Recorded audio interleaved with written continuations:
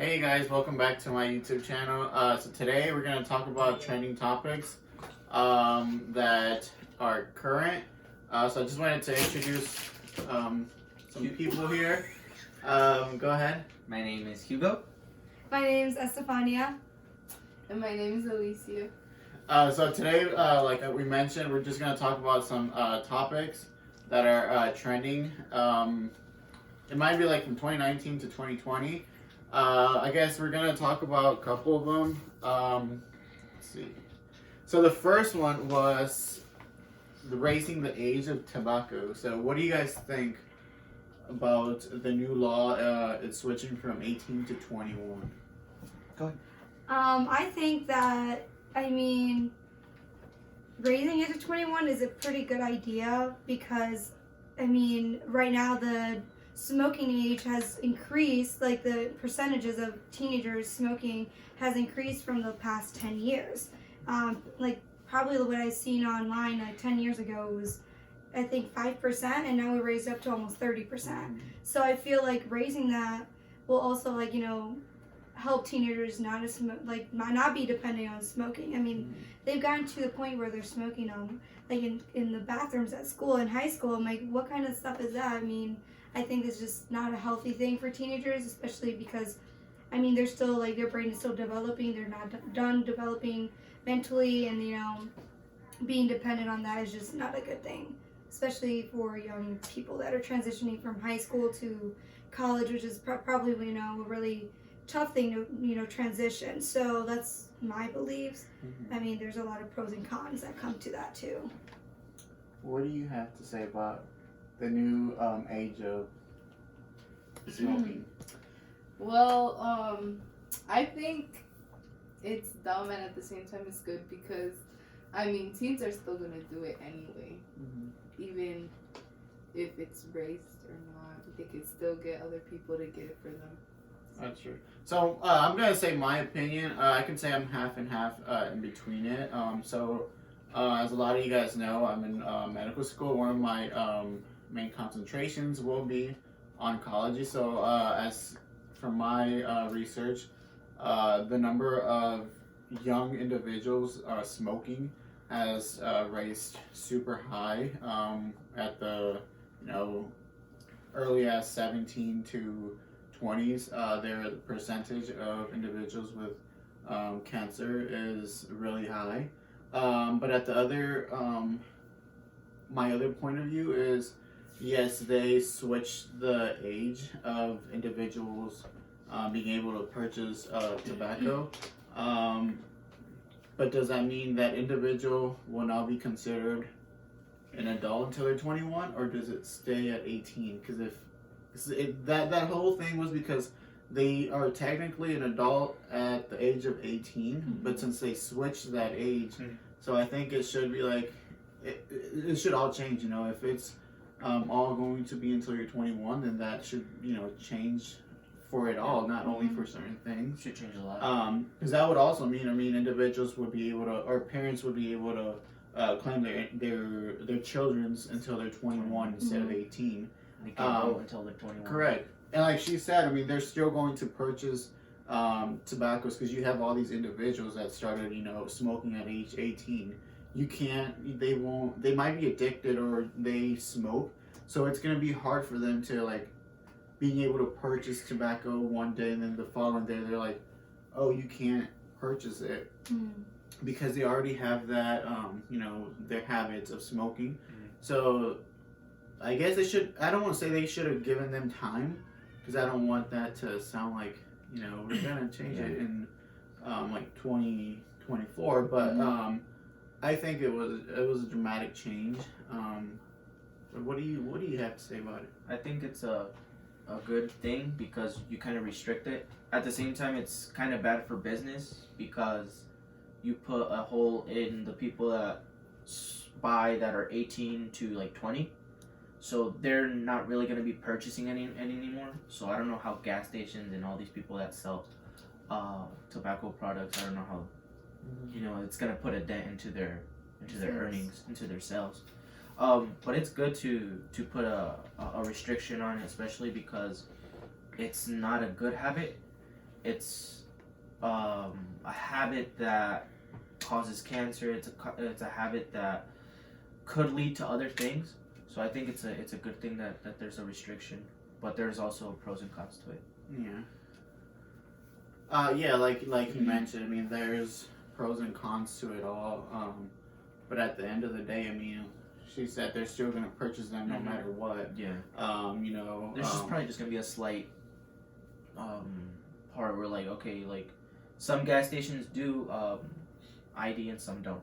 Mm-hmm. You know what I'm saying? Yeah, that's true. So some people are actually gonna go hardcore, like, hey, like, show me Show your me ID, your and if ID. you don't have it, I'm not gonna sell you. But there's that other percentage where it's like, okay, I don't care, like, I gotta make my money. It's gonna either hurt my way. sales, so there's no point. And not just gas stations. I mean, like Walgreens sells them, Walmart sells them. Walmart was the first one to raise the age. Mm-hmm. They weren't selling to 18-year-olds for like I think a couple months.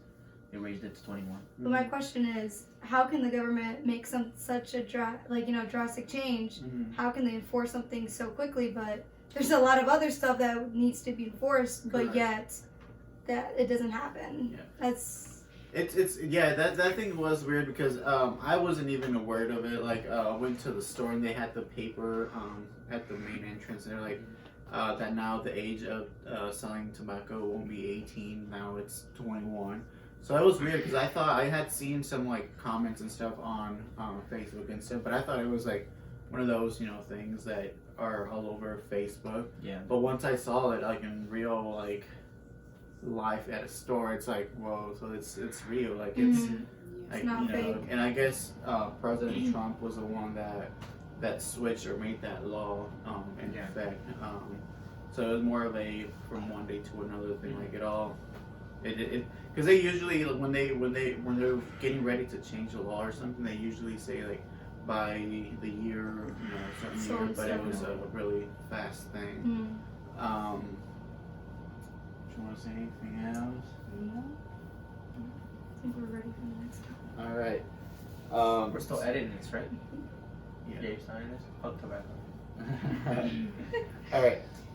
So the next topic that we want to talk about are goals for as you know, it's 2020. What are some of your goals that you guys have for 2020? Let's start this way now. Okay. One goal that I have is to do good in school and hopefully get married. One goal for me is just to work really hard on my career. So it's just one goal that I finally have a vision of what I want to do, and this year I think it's just about growth and just a lot of personal stuff to fix, and yeah, getting married. All right, for my goal, as you guys know, this is my last year in medical school. So yeah, felt like Round of forever.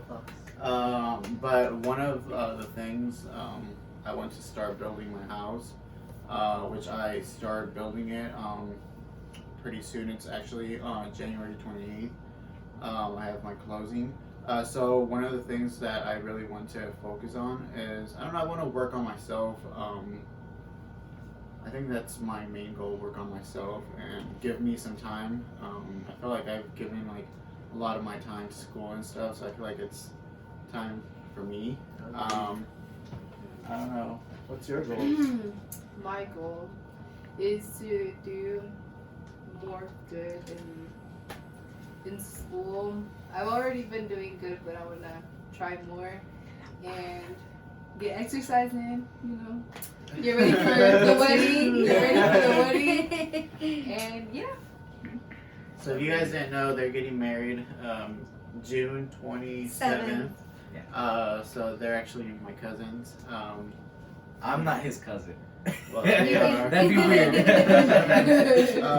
But yeah, so they're excited. They're getting married. A lot of changes. Yeah. Anything else? You guys don't have any more goals? Lose weight for the wedding. More patience. My goal is to have more patience. Yeah. Me too.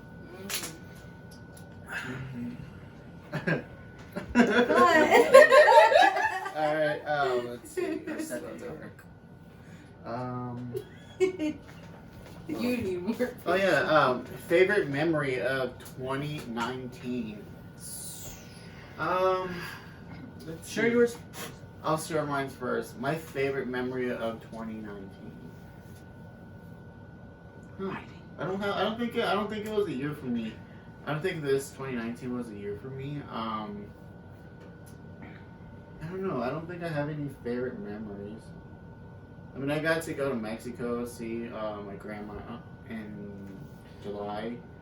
But I don't think I have any favorite memories. What about Cuba? Oh yeah, I went to Cuba, but I don't. I mean, I liked it personally. I'll throw some clips at the end or videos and pictures. But personally, I mean, it's a cool place to go visit, but the people there are really rude. So I feel like it's not a place I would go again. His personal opinion. It's my personal opinion. So I'll like everything we're saying here. It's our personal opinion. Like we really don't want anyone to get offended or anything. But yeah, what was your guys? Start with you. My most memorable, well, this year a lot of things changed. I got engaged. I switched jobs. It was just a lot of change, and it's just, I think I'm just ready for 2020 to settle everything, all the new changes in my life. I think it's just time to move on. It was definitely, I think 2019 was more of a year of learning, about different stuff in life that goes on, and I think I've realized a lot of, once I finally was in my kind of more of a professional job, it's a lot of realizing how different people can be and how ambitious some people can be.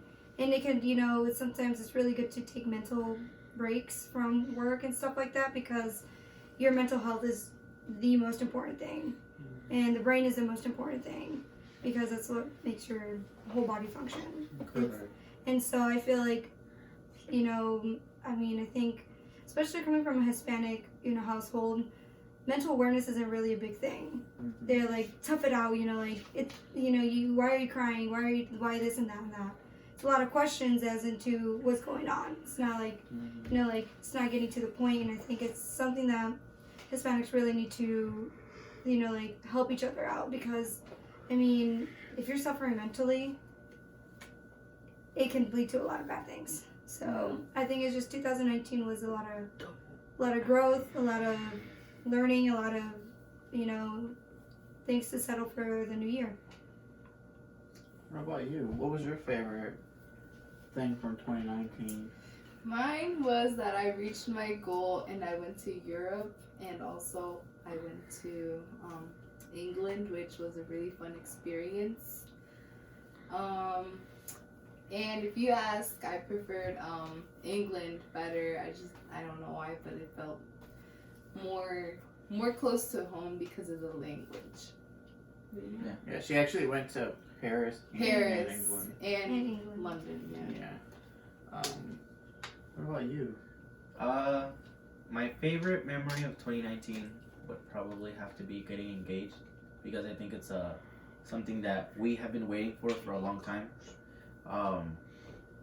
It's something that from the beginning we always looked forward to. So getting engaged was a very memorable moment in 2019.